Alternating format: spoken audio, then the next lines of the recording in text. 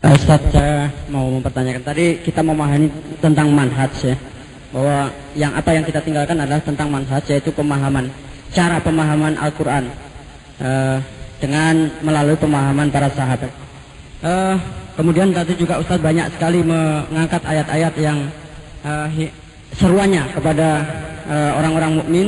Kemudian satu kesimpulan bahwa karena seruan itu turunnya pada saat sahabat-sahabat berada atau sahabat-sahabat masih hidup, maka itu ditujukan kepada para sahabat.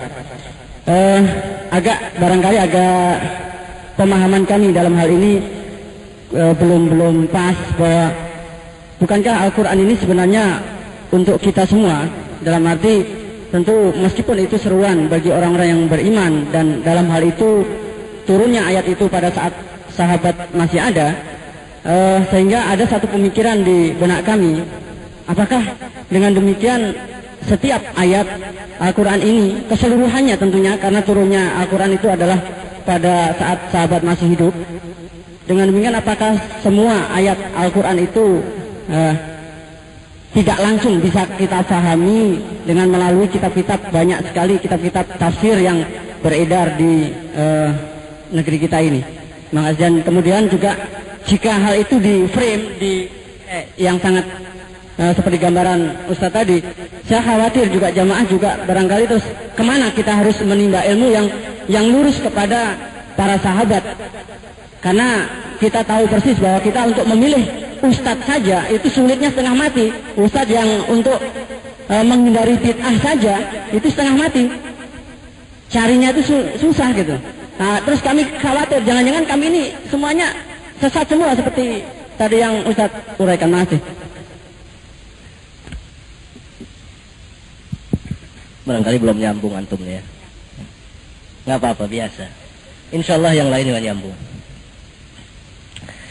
Saya katakan bahwa kita harus memahami Al-Quran dan Sunnah, bahkan memahami Islam ini menurut pemahaman para sahabat ridwanullah alaihi majma'in. Ini sesuai dengan dalil-dalil naqliyah dan aqliyah.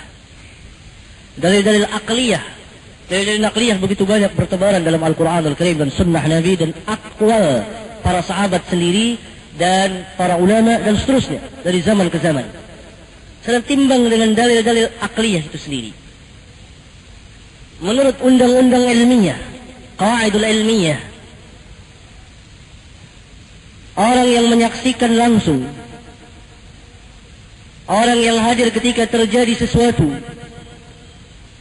orang yang masanya dekat dengan sesuatu dengan Rasulullah sallallahu alaihi wasallam, itu tentu adra, lebih mengetahui, a'lam, lebih mengetahui, aslam, lebih taslim, ahkam, lebih bertahkim kepada Nabi yang mulia alaihi salatu wasalam ketimbang kita yang hidup jauh. Itu dalil-dalil akliyah pasti akan menyetujuinya. Para sahabat itu mengetahui turunnya wahyu, kapan turunnya wahyu, kepada siapa turunnya, apa maksud ayat itu yang mulia. Yang dimaksud pemahaman sahabat bukan ayat per ayat seperti kita menafsirkan Al-Quranul Karim. Dan tafsir Rasulullah tidak demikian ayat per ayat, tidak. Tapi Rasulullah menafsirkan Quran secara keseluruhannya. Kadang-kadang ayat per ayat, kadang-kadang lafaz per lafaz, kadang-kadang secara jumlah. Saya ambil contoh firman Allah tabaraka wa ta'ala, Ya ayuhan nasu ubudu rabbakum alladhi khalaqakum walladhina min qablikum la'allakum tattaqun.